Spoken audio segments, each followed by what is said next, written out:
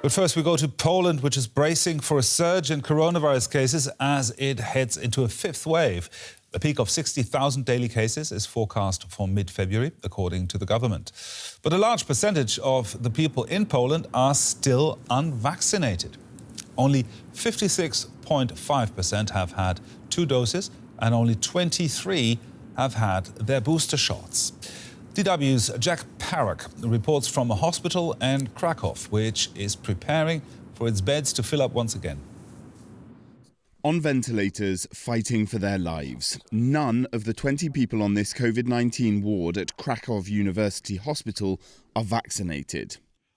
Gregorz, who's just been admitted to the ward, says he was scared the vaccine would affect another medical condition he has. Tak naprawdę nie wiedziałem, jak szczepionka wpłynie na mnie.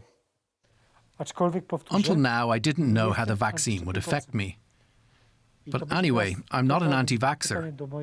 The question is now from my doctor, how long after leaving the hospital can I be vaccinated? Kiedy ewentualnie mogę się zaszczepić?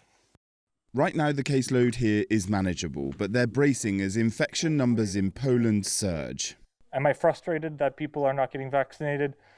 Frustration is a difficult term to define. I just wish people trusted medical experts more. Weak and weary, the staff try to get the patients moving again. Up to half of the patients on this ward will end up needing intensive care support. It's so frequent that the staff here at Krakow University Hospital have set up special pathways that go underground straight from this ward to the ICU. Doctors here say currently around a fifth of the people admitted with COVID don't make it out of the hospital. When I remember first wave, we had mostly very elder people, and a lot of them in fact died. Today, age of patients is different. We have patients who are 40, 50 years old. There's an ongoing discussion in Poland about whether the reluctance to be vaccinated comes from a long-standing lack of confidence in public institutions, a hangover from the communist era, or whether the government's information campaign around the jabs was insufficient. Only 56.5% of Poles are vaccinated with 2 doses, and it wasn't hard to find people on the streets of Krakow who hadn't had it. Whatever. Vaccinated people also get the virus, and they're spreading the virus too, and carrying and suffering. At the place where I was working, everyone who was vaccinated got severely ill. Me, I wasn't vaccinated, and I never got sick. I don't know what to say about vaccines because I'm not vaccinated. They are something new in the world, and I don't know what the side effects might be. The steel production company, ArcelorMittal Poland, is offering its 10,000 employees a bonus of just over €4,000 if they prove they're fully vaccinated. They say it's getting results. The response has been overwhelming because the program was only introduced on the 21st of December last year, and in the first 3 weeks we received as many as 4,500 applications. So it means that 4,500 of our employees have been vaccinated. While private initiatives like that might have a local effect, increasing vaccination rates needs a nationwide effort. Poland has passed the unwelcome milestone of 100,000 COVID deaths. And with the low vaccine take-up and with the fifth wave looming, hospitals like this one warn the number of deaths will spike again. Let's bring in epidemiologist Hajo Zeb. He's with the Leibniz Institute for Prevention and Epidemiology in Bremen. Case numbers are rising in many parts of Europe due to the Omicron variant, but you have described this wave as a positive development. Why is that? Well, in principle, this is due to the fact that Omicron is a milder variant. It's very infectious, but it's milder overall. It will affect a lot of people, as we just heard, and it happens as we speak.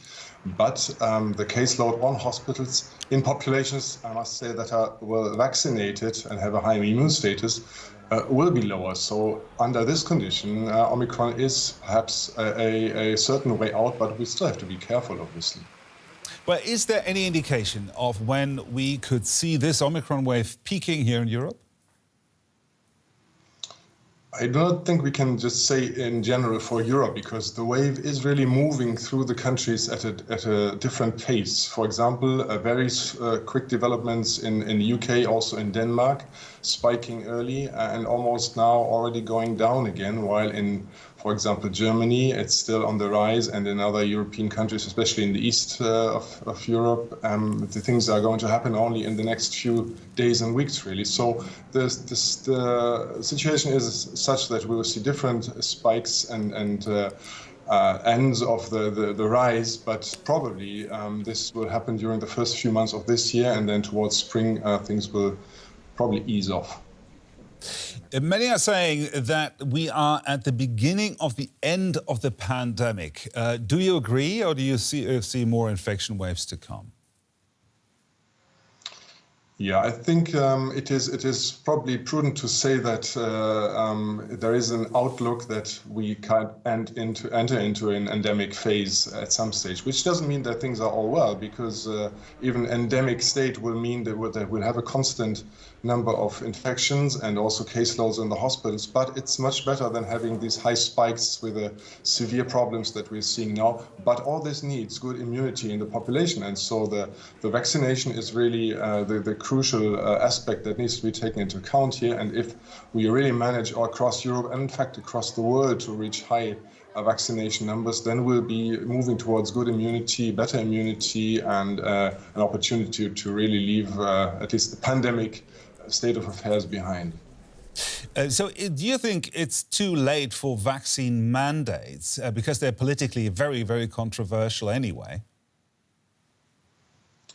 It is too late in the sense of stopping this wave, the Omicron wave. We are just not able to stop this anymore. But looking ahead into the future, with new potential waves, even new variants, we cannot put them aside. It is possible that we have new recombinations of viruses, other virus variants coming out. So it will be very prudent and good to look at this situation for the future and talk seriously about high vaccination rates, whether they are achieved by mandate or whether they're achieved by willingness of the population, as we see in many southern European states. That's really the discussion at the political level, I think.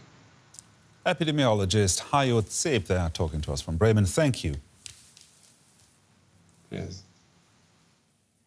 In the Netherlands, museums and concert halls have been offering haircuts and manicures in protest against coronavirus restrictions. That's because the government recently eased restrictions for small businesses, such as hair salons, but not for cultural venues. They have been shut since mid-September, much to the dismay of many of the Dutch. It's a different kind of intermezzo. At this concert hall in Amsterdam, the orchestra plays second fiddle to a pair of hairdressers. Yes, it was very fun. It's so beautiful to be here now in these days where there's no possibility for opening the culture sector. The Netherlands was put under lockdown in mid-December due to record COVID-19 cases.